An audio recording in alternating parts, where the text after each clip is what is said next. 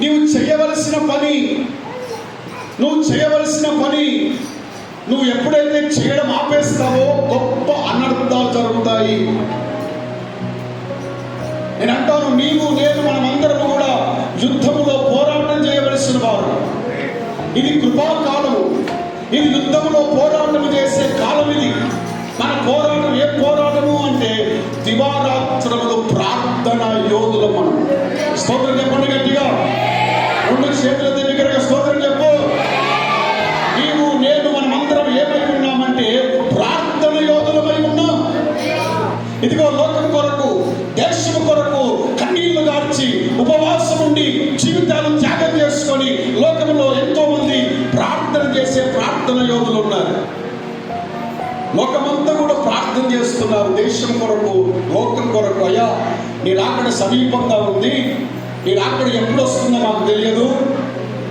ఘోరమైన కార్యాలు జరుగుతున్నాయి, భూకంపాలు వస్తున్నాయి, సునామీలు వస్తున్నాయి, కరువు తాండవిస్తుంది, జనం మీదకి జనము, రాజ్యం మీదకి రాజ్యం లేస్తుంది, ఒకడంటే ఒకడు పడలేకపోతుంది. ఇవన్నీ కూడా నీ రాకడకు సూచనగా ఉన్నాయి. ఇవన్నీ కూడా నీ రాకడకు సూచనగా ఉన్నాయి. ఇదిగో నా దేశమును కాపాడండి, నా రాష్ట్రమును కాపాడండి, నా ప్రజలను కాపాడండి అని ఎంతమంది ప్రార్థన చేసేటువంటి యోధుల వలె ఉన్నారు. నువ్వు యోధుడివి కదా, నీలో దేవుని వాక్యం నిలిచి ఉంది కదా. దేవుడు నిన్ను తన సర్వాంగ కవచము చేత నిన్ను కప్పాడు. నీకు ఏ అపాయం కలగకుండా రక్షణ అనే శిరస్త్రాలను తనకు పెట్టాడు.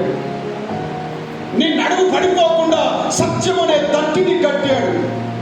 నీ కాళ్ళు జారిపడకుండా సువార్త వలన సిద్ధ మనస్సు అనే జోడు నీకు వేశాడు. అపవాది వేస్తున్నటువంటి అగ్ని బాణాలు నీకు రాకుండా విశ్వాసం అనే డాలు నీకు ఇచ్చాడు. అపవాదిని ఎదుర్కోవడానికి వాక్యం అనే ఆత్మ ఖడ్గాన్ని దేవుడు నీకు ఇచ్చాడు. ఇన్ని ప్రొటెక్షన్స్ దేవుడు నీకు ఇస్తే నువ్వు ఏం చేస్తున్నావంటే నిద్రపోతున్నావు.